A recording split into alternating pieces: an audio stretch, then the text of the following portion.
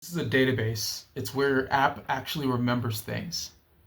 Who signs up, their info, and anything else that your app collects about them, all stored in one place.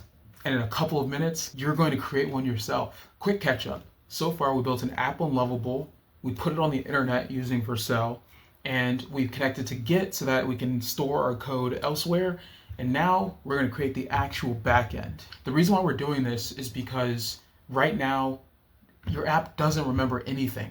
Anytime a user does something or creates an account, it goes nowhere. Okay, now it wants an organization. Don't overthink this.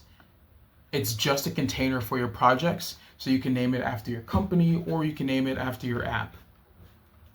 All right, we're just gonna click through, and okay, so now it's the actual project. This is gonna be where the specific database lives, and I'm gonna just name this after the app. You can honestly give them the same name. As far as the password is concerned, put a good password. The rest of this stuff, just leave it as default. Perfect. And it might take a minute to spin up. That's completely normal. It's doing all the work in the back end. And we're in. All right, now look, it's completely empty. No tables or tangible things being stored yet. So we're gonna add our first table. This is gonna be the single most important thing you'll do on Supabase. So we're gonna go to the SQL editor. So SQL is basically the language that the database speaks, and it may look intimidating because it's empty and you don't know what to put there. But here's the thing.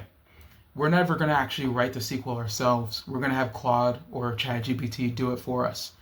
So the first thing we're gonna do, we're gonna go on Claude and then ask in plain English, write me a simple Supabase SQL so that I can make a profiles table with a display name field. Boom, because almost every app has a profile, a place to store the name or whatever for each user. That's what we're gonna make. And here's my code. I didn't write any of it. I'm just gonna copy it and then paste it inside of the SQL editor and run it. Now, if you run into an error, then all you have to do is copy that error code, put it into Claude, and then put the new SQL in, and then it should fix it. Success. There it is.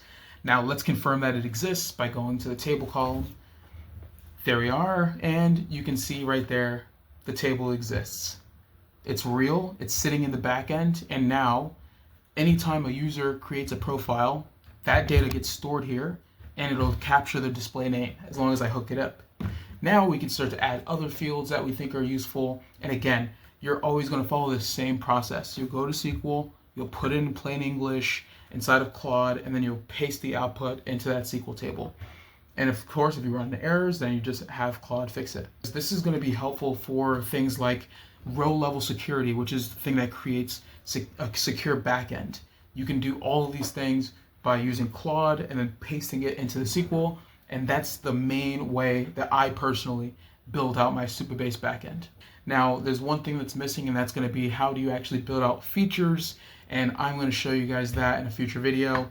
But until then, you should be proud of yourself. You have done all of the parts to take an idea, to turn it into something, and it lives on the internet and it has a backend. Well done.